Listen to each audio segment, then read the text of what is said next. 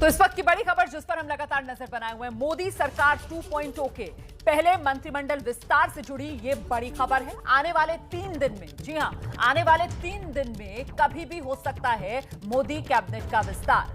17 से 22 मंत्रियों को मोदी कैबिनेट में शामिल किया जा सकता है। बड़ी खबर, ब्रेकिंग न्यूज इस वक्त की जानिए आप, जिसमें सहयोगियों जेडीयू एलजेपी अपना दल को कैबिनेट में जगह मिल सकती है। सूत्र ये जानकारी भी दे रहे हैं। मोदी मंत्रिमंडल में अभी 28 जगह बाकी हैं। 28 नए चेहरों को शामिल किया जा सकता है, लेकिन शामिल फिलहाल 17 से 22 किए जाएंगे, जिसमें राज्यवार जो हिसाब सामने निकल कर आ रहा है, बिहार से 2 से 3 मंत्रियों को कैबिनेट में जगह दी जा सकती है, मध्य प्रदेश से 1 से 2 मंत्रियों को शामिल किया जा सकता है, यूपी से 3 से 5 चेहरों को शामिल किया जा सकता है, महाराष्ट्र से भी 1 से 2 मंत्रियों को शामिल करने के कयास लगाए जा रहे हैं। और ये चेहरे कौन हो सकते हैं, जानने के लिए सीधे आपको लेकर चलते हैं महाराष्ट्र, मुंबई से मृत्युंजय सिंह हमारे साथ मौजूद है। मृत्युंजय, मंत्रिमंडल में शामिल होने की रेस में सबसे आगे कौन से चेहरे हैं?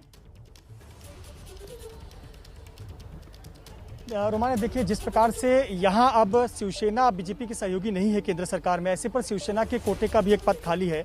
इस मंत्रिमंडल विस्तार की बात करें तो महाराष्ट्र से 3 नाम काफ़ी आगे चल रहे हैं, जिसमें सबसे नंबर 1 है नारायण राणे। महाराष्ट्र के पूर्व मुख्यमंत्री, शिवसेना के में रहते हुए मुख्यमंत्री थे, उसके बाद उन्होंने कांग्रेस ज्वाइन किया, उसके बाद उन्होंने खुद का उनका स्वाभिमानी पक्ष एक था जो उनकी बेटी की एक संगठन है, और फिलहाल 2019 से वो बीजेपी में है।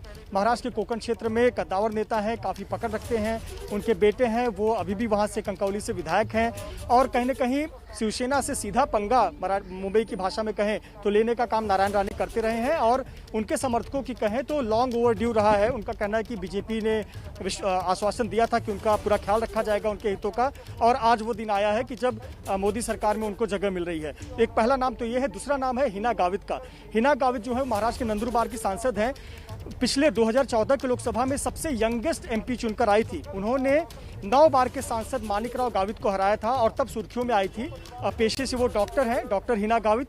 6 दिन पहले उनका जन्मदिन था 28 जून को, और 34 साल की उम्र है। तो समझिए इस मंत्रिमंडल में एक यंगेस्ट चेहरा भी मिलेगा अगर हिना गावित को भी मंत्रिमंडल में शामिल किया जाता है। उनके पिताजी जो हैं वो भी जाने माने नेता हैं और एनसीपी में थे पहले। 2014 के चुनाव के समय बाप और बेटी दोनों बीजेपी में आ गए। और तीसरा नाम जो है वो बड़ा चौंकाने वाला नाम है, खास करके महाराष्ट्र के बीजेपी नेताओं के लिए भी बड़ा चौंकाने वाला नाम है। वो नाम है रणजीत सिंह नाइक निम्बालकर का। 44 साल के हैं और काफ़ी पकड़ रखते हैं। इनका नाम का जिक्र करना इसलिए ज़रूरी है, ये कहाँ से आते हैं? ये महाराष्ट्र के महाड़ा क्षेत्र से आते हैं। महाड़ा एनसीपी का गढ़ है। 2009 में वहाँ शरद पवार जीते थे, उसके बाद 2014 में वहाँ पे एनसीपी के मोहिते पाटिल जीते थे, और फिर 2019 लोकसभा चुनाव में रणजीत सिंह नाइक निम्बालकर ने अच्छे मार्जिन से वहाँ पर जीत दर्ज की। तो कहीं ना कहीं इससे एक संकेत ये मिलता है कि बीजेपी एनसीपी से हेड ऑन लेना चाहती है। एनसीपी के गढ़ में वहाँ मंत्री को बनाकर कहीं ना कहीं वो जो एनसीपी का गढ़ है उसे तोड़ने की कोशिश है।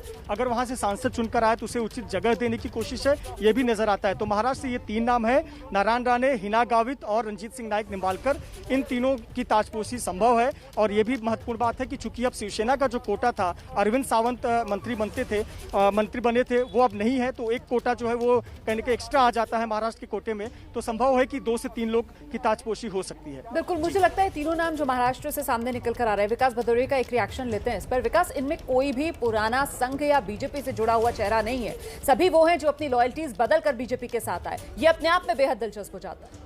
जी हाँ, बिल्कुल। देखिए, आप पिछले 2 विधानसभा चुनाव का अगर आकलन करें तो आप देखेंगे कि बीजेपी अपने दम पर मेजॉरिटी वहाँ पर हासिल नहीं कर पाई, क्योंकि महाराष्ट्र की राजनीति 3 हिस्सों में बटी हुई है। एक हिस्सा है जो बीजेपी का गढ़ है, एक हिस्सा है शिवसेना का गढ़ है, और एक हिस्सा है वो एनसीपी का गढ़ है।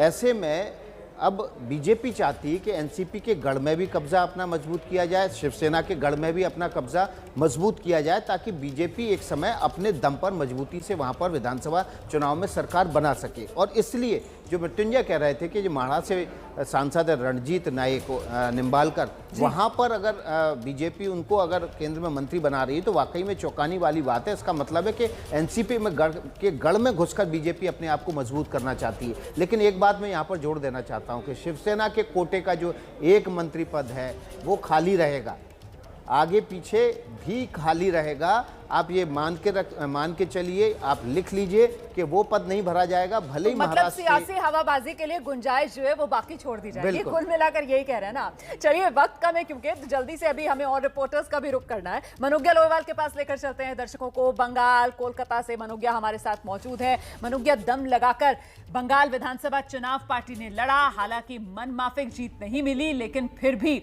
उछाल 2016 के मुकाबले जबरदस्त था। ऐसे में अब फेरबदल संगठन के लिहाज से और बंगाल को रिप्रेजेंटेशन मोदी मंत्रिमंडल में देने के लिए क्या चेहरे हैं जो सामने आ रहे हैं? देखिए, बीजेपी की एक खासियत है, नी जर्क रिएक्शन नहीं आएगा। अगर ऐसा नहीं हो रहा है जिसका मतलब है कि सांगठनिक तौर पर बंगाल में बदलाव होगा, लेकिन समय के अनुसार होगा, बड़ी धीमी गति से लेकिन बड़ी तेज इफेक्ट के साथ होगा। यानी कि जोर का झटका जोर से लगेगा लेकिन धीरे से लगाया जाएगा। ये कला है, ये राजनीतिक एक स्ट्रैटेजी भी है। लेकिन जब आप बात करते हैं असम की, जैसे ही असम में 2 चेहरे पर मुख्यमंत्री का चुनाव लड़ा गया जिसमें हेमंत बिस्व शर्मा की ताजपोशी हुई, लेकिन अब सर्बानंद सोनोवाल को दिल्ली पहुंचाया जाएगा। उसके 2 कारण हैं। पहला, उन्हें महानायक कहा जाता है असम का। उनका योगदान 2005 से लेकर 2020 तक बहुत बड़ा रहा है। असम में IMDT एक्ट को लागू करने की लड़ाई हो, या फिर आंसू का आंदोलन हो, या फिर बीजेपी की पैठ बनाना और बीजेपी का विस्तार करना बड़े तौर पर, बड़े स्वरूप में राज्य में और पूर्वोत्तर भारत में भी। याद रहे 2016 में जब चुनाव जीता था बीजेपी ने, तो असम पहला राज्य था जहां बीजेपी ने इतनी बड़ी बढ़त हासिल की थी। लेकिन इस बार जब उन्हें इस पद से हटाया गया तो उन्होंने ये कहा कि हम सिर्फ एक विधायक रहेंगे और किसी मंत्री पद में नहीं जाएंगे, जबकि ये ऑप्शन उन्हें दिया गया था। हालांकि अब उनकी ताजपोशी दिल्ली भेजकर फिर एक बार केंद्रीय मंत्रालय यानी कि कैबिनेट मिनिस्टर के तौर पर हो सकती है। उसके 2 कारण हैं। वो पहले स्पोर्ट्स मिनिस्टर रह चुके हैं और कई सारे खेलों में अगुवाई कर चुके हैं देश की। लेकिन इस बार उस पर किस पद और किस कद पर ले जाया जाएगा, ये देखने वाली बात होगी। मणिपुर में चुनाव है, ये ध्यान में रखना होगा कि पार्टी ये जानती है मणिपुर उन्हें जीतना होगा।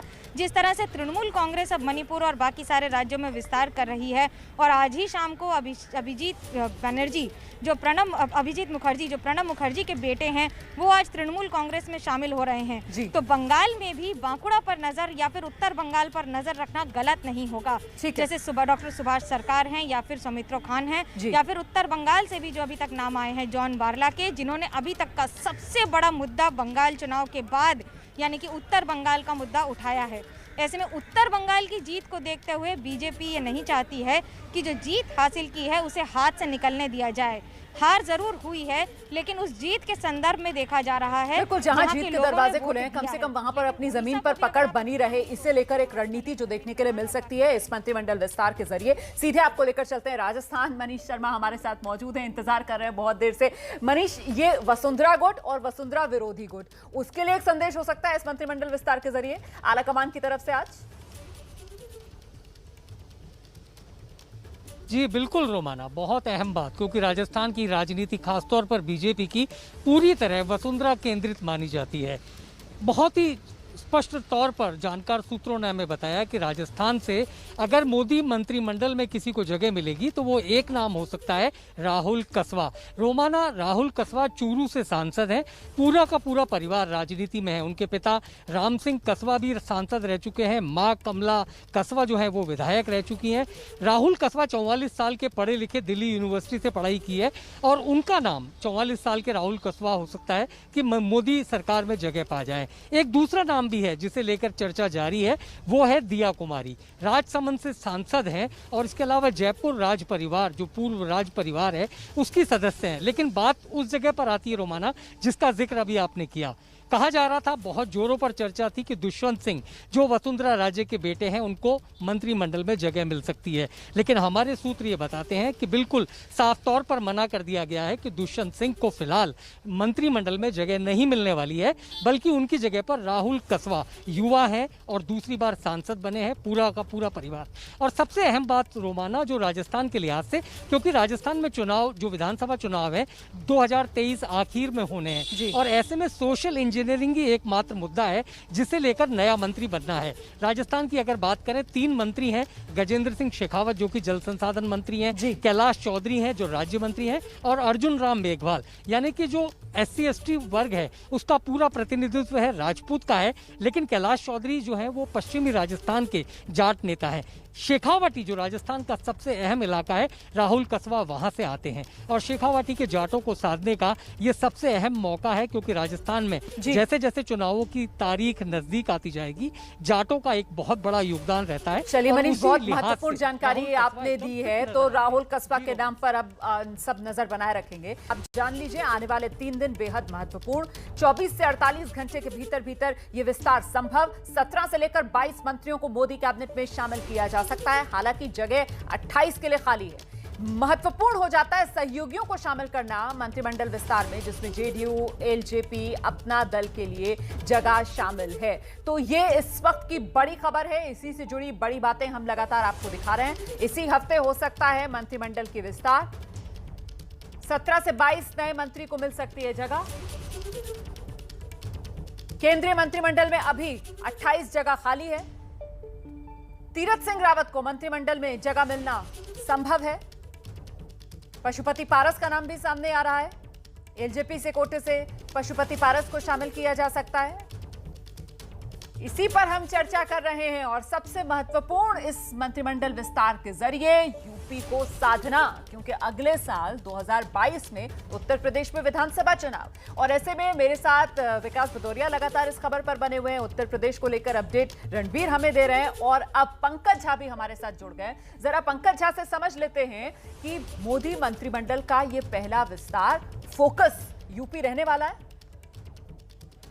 विकास से मैं सवाल, मेरे ख्याल से मेरी आवाज नहीं सुन पा रहे हैं पंकज जी। विकास, आपको सवाल पूछना है। शायद आवाज नहीं सुन पा रहे हैं। मैं रोमाना पंकज जी से पूछ लेता हूं। पंकज जी, ये जो मोदी कैबिनेट का विस्तार होना है, इस विस्तार में उत्तर प्रदेश सबसे ज़्यादा महत्वपूर्ण है। सबसे ज़्यादा महत्वपूर्ण इसलिए क्योंकि जनवरी, फरवरी, मार्च के महीने में वहाँ पर चुनाव होने विधानसभा के, और ऐसे में क्षेत्रीय और जातिगत समीकरणों को साधना बहुत ज़रूरी है। आपके लिहाज से किस क्षेत्र से कौन से सांसद, कौन सी बिरादरी जिसको मोदी कैबिनेट में जगह मिल सकती है? देखिए, ये जो 2014, 2017 और 2019 मतलब हैट्रिक हो गई बीजेपी की यूपी में। और आप विकास, थोड़ा सा पीछे ले चलूंगा कि सपा, बसपा, RLD तीनों मिल गई, उसके बावजूद भी 2019 में बीजेपी के विजय रथ को नहीं रोका जा सका था। उसके पीछे की वजह ये थी कि बीजेपी जितनी बड़ी राष्ट्रीय पार्टी ने भी सामाजिक समीकरण को दुरुस्त करने के लिए अपना दल जैसी छोटी पार्टियों के साथ गठबंधन किया था। एक नाम जो तय माना जा रहा है, वो इकलौता नाम है कि वो अपना दल की जो है अनुप्रिया पटेल, जो कि कुर्मी बिरादरी से आती हैं, उनका मंत्रिमंडल में नाम करीब करीब तय है। तो अनुप्रिया पटेल होंगी। उससे क्या होगा कि पूर्वांचल का इलाका और प्रयागराज के आसपास के इलाके में इस जाति बिरादरी की बहुत अच्छी खासी पकड़ है, इससे बीजेपी को फायदा मिलेगा। इसके साथ साथ बीजेपी का अपना सामाजिक समीकरण, जिसकी बहुत चर्चा हो रही है कि क्या यूपी में आज भी वो सामाजिक समीकरण, वो सोशल रेनबो बीजेपी दिखा पा रही है। क्योंकि जो मंत्रिमंडल में, केंद्रीय मंत्रिमंडल में जो चेहरे हैं, उस तरीके से अगर आप देखिए कि सवर्ण समाज से, ब्राह्मण समाज के, पिछड़ी जातियों के और SC के, सबको प्रेजेंटेशन देकर के दिखाने और समझाने की कि ये हमारा गुलदस्ता है, तो यूपी से उस तरीके के चेहरों को शामिल किया जाएगा। ये गुलदस्ता है रोमाना, जिसको लेकर अब मोदी सरकार कैबिनेट अगले विधानसभा चुनाव में उतरना चाहती है, और इसलिए बाकी राज्य भी बहुत महत्वपूर्ण है रोमाना। जिन राज्यों में चुनाव होने हैं, गोवा है, उत्तराखंड है, हिमाचल प्रदेश है, पंजाब है, यहाँ से भी प्रतिनिधित्व मिलेगा। मणिपुर है, जिसकी बात अभी मनोज्ञा लोईवाल कर रही है रोमाना। बिल्कुल, देखिए, तो ये जो विस्तार होगा, इस विस्तार को लेकर क्या रहेगी रणनीति, मुझे लगता है इस पर आगे चर्चा करना महत्वपूर्ण हो जाता है।